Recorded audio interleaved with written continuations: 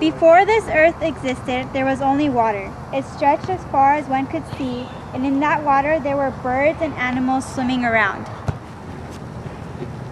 Far above in the clouds, there was a skyland. In that skyland, there was a great and beautiful tree. It had 4 white roots, which stretched to each of the sacred directions, and from its branches all kinds of fruits and flowers grew. There was an ancient chief in the skyland. His young wife was expecting a child. One night she dreamed that she saw the great tree uprooted. The next day she told her husband the story. My wife, I am sad that you had this dream. It is clearly a dream of great power, and as is our way, when one has such a powerful dream, we must do all we can to make it true.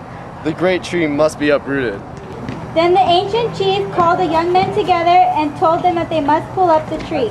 But the tree was so deep, so strong, that they could not budge. At last the ancient chief himself came to the tree.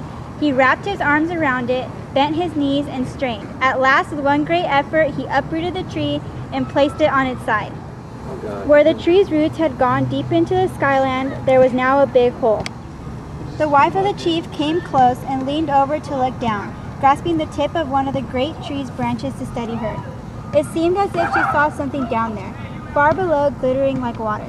She leaned out further. She lost her balance and fell into the hole. She fell down, down, down, down. Someone is falling towards us from the sky. We must do something to help her. Then the 2 swans flew up. They caught the woman from the sky between their wide wings. Slowly they began to bring her down toward the water, where the birds and animals were watching. She is not like us. Look, she doesn't have wet feet. I don't think she can live in the water. What shall we do then? I know. I have heard that there is earth far below the waters. If we dive down and bring up earth, then she will have a place to stand. The duck dove first, some say. He swam down and down, far beneath the surface, but could not reach the bottom and floated back up. Then the beaver tried. He went even deeper, so deep that all was dark. He could not reach the bottom either.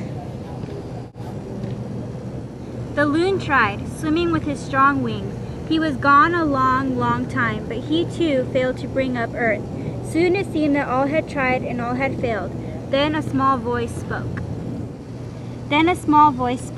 I will bring up the earth or die trying. They looked to see who it was. It was the tiny muskrat. She dove down and swam and swam. She was not as strong or as swift as the others, but she was determined. She went so deep that it was all dark, and she still swam deeper. She swam so deep that her lungs felt ready to burst, but she swam deeper still. At last, just as she was becoming unconscious, she reached out one small paw and grasped at the bottom, barely touching it before she floated up, almost dead.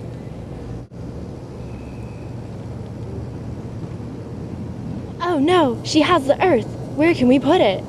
Place it on my back. It was the great turtle who had come up from the depths. Then they brought the muskrat over to the great turtle and placed her paw against his back. To this day there are marks at the back of the turtle's shell, which were made by the muskrat's paw. The tiny bit of earth fell on the back of the turtle almost immediately. It began to grow larger and larger and larger until it became the whole world. Then the 2 swans brought the sky woman down. She stepped onto the new earth and opened her hand, letting the seeds fall onto the bare soil. From those seeds, the trees and the grass sprang up. Life on earth had begun.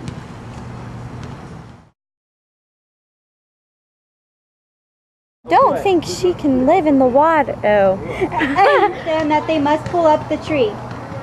Why aren't you guys looking? What to say though? No, you don't need that yet.